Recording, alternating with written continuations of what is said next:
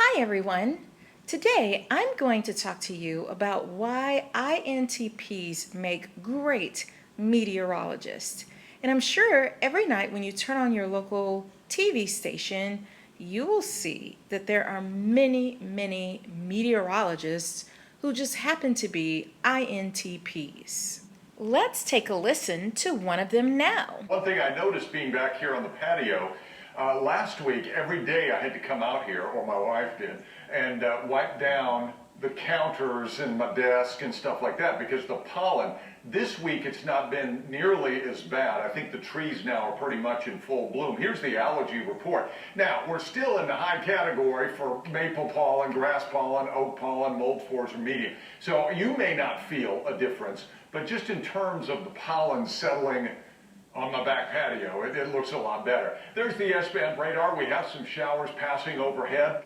As you can see, you have to have a curious nature in order to be an INTP meteorologist, but in addition to that, you gotta be really smart. So in high school, that means that they took courses like chemistry, physics, calculus, earth science. They also need to be good in English, develop good writing skills, and of course, they have to be good at science and be able to do lab reports, all of that good stuff. And those are things that INTPs can naturally be very good at. They're also going to have to be good at doing research and computers. I know plenty of INTPs who are computer whizzes. It's their thing. Like, it just comes very naturally to them. INTPs like tinkering with things. They like pushing boundaries when it comes to learning something new and figuring it out, and they're not going to be stomped by something that other people might say, okay, never mind, I don't get it. That just makes them even more curious and makes them push through even more. So meteorologists have to receive a Bachelor of Science degree in meteorology or atmospheric sciences. And in college, of course, they're going to take classes like physics again, or synoptics, or computer programming classes. They are going to have to take statistics. But in addition, they gotta also be interested in journalism, speech, or other media-related fields. So this brand of INTP, I think, has to have some extroversion in their pocket. And remember, with Myers-Briggs, you could be on a scale from, let's say, 1 to 60. So you might be extremely introverted, or you might be closer to the E. So I think a lot of meteorologists, they're gonna be maybe somewhere in the middle to maybe closer to that E, because you have to be able to interact with people. They will more than likely have at least a master's degree as well as other credentials. So in a nutshell, meteorologists could be a very challenging job. They have to juggle many hats, so they have to be flexible. So I think their perceiver function can really help them in this way. They have to have excellent communication skills, and they have to have strong math, science, and computer skills, because they're going to have to use those on a daily basis. And they also have to have a natural curiosity for weather conditions that could really be scary, like blizzards or tornadoes or hurricanes. And all of those I find incredibly scary. But what I really like about my INTP meteorologists is that they have the ability to calm me down using logic. So they will tell you, like, I'm thinking of one in particular when the weather was really bad, and he really, I don't know, I felt like he could read my soul through the TV, because he said there's nothing to worry about. This is what's happening, and he could really spell it out and break it down. So I think they also can be great meteorologists, because not only are they highly intelligent people, but they also have enough go with the flow that they can be steady and calm when things start to heat up and go a little crazy. After a cool stretch of weather, we are about ready to really heat things up here the next couple of days. In fact, it's pretty likely we could see our first official 90-degree readings on Wednesday since this past fall. Let's take a look at the temperatures over the next 5 days. Tomorrow, 85 degrees. I think it's a pretty good shot. We see 90 on Wednesday. If you know INTPs, you know that they generally have a fascination with something. They're tinkering with something, they're curious about something. So it's no coincidence that someone becomes a meteorologist. It has to be because they have an unforgettable weather experience that has a lasting mark on them, or they're just very fascinated with the weather. And it probably started at a very young age. So I can see INTPs being very enthusiastic about the weather because it lends itself to so many different directions. So there's a lot to hold their interest. There's a familiar saying that the only thing constant about weather is that it is always changing.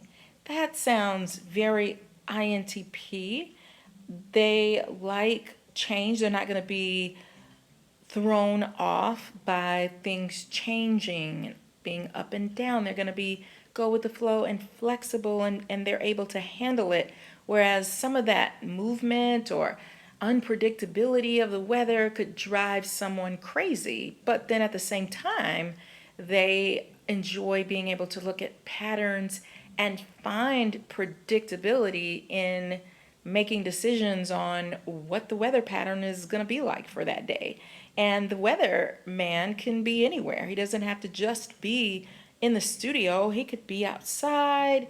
It just gives some variety to him. And like I said, there's always something new happening in the weather. You might say that the weatherman has to be able to make small talk, and that INTPs tend to be a quieter type, a more I need some time to myself to tinker and figure things out and collect my thoughts. But actually, INTPs can be pretty good small talkers because they can entertain a host of different topics. So it makes it interesting to talk to them. So I think that's another reason why they can hang in there as meteorologists, which a portion of their job is being a journalist. So they have to be able to talk about things. But wouldn't it be great to talk about something that you're curious about? And that's what they get to do for a living every single day. So it's a piece of cake for them. Since we're talking about the INTP, I thought it would be fun to share with you a little bit more information about the INTP. But first, let's check out one more meteorologist, and you can decide if you think this weatherman is an INTP. We're starting off with temperatures in the low 60s. 73 will be today's high temperature. And yes, there is another slight chance of rain today, about a 30% chance for a couple of spotty showers later on. Looks dry tomorrow and Wednesday, and then a few more rain chances late in the week. Now, if you have an INTP in your life, then consider it special because there just aren't that many of them to go around. So it's a very small percentage of them, but they can be very, very private, very analytical and logical.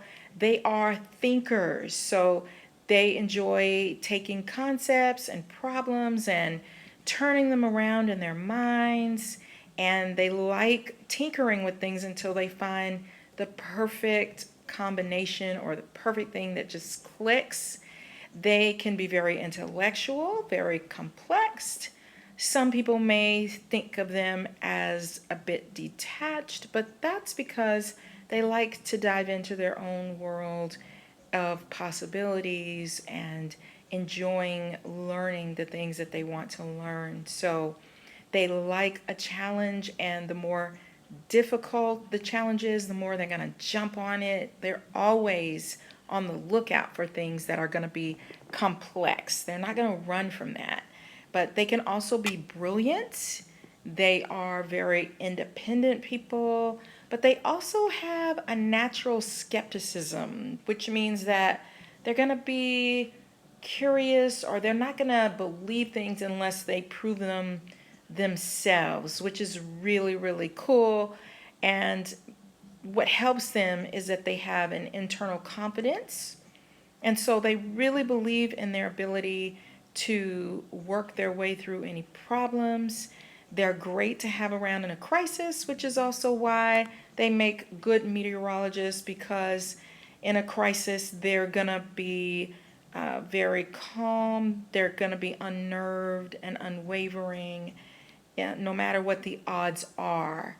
So that's one of the great things about them. They're not going to be intimidated by anything. And even though you may say, well, they're introverts, so they're going to be, very shy, but they're really not intimidated by anyone. Like, that doesn't mean that they can't be shy, but they're going to jump in, like, they can jump in on a plethora of topics and just go for it with you. So they're not going to just be interested in just details that are boring, or that there's not much that they can do with those types of mundane things. At the same time, they can have a high tolerance for things that other people might find redundant. They can play with the same thoughts, the same ideas over and over in their minds, and they may make rediscoveries about them. So I think they can be confident, so sometimes their confidence may come across as arrogant to some people. They're really not arrogant, they are just confident and they know their stuff. They're just good at whatever it is that they're good at, that's all. They're not feelers, so they're not going to be warm and fuzzy. However, they can be very caring and very, very helpful to people when the situation calls for it. So just because they're objective about things doesn't mean that they don't care about people, or that they can't help someone out who is in need. So I think they're a cool type. If you want me to do more videos on INTPs, show me with a thumbs up. That's how I gauge what topics I do my videos on. So thanks so much. Be sure to subscribe, hit the bell, and I will see you on the next video. Bye.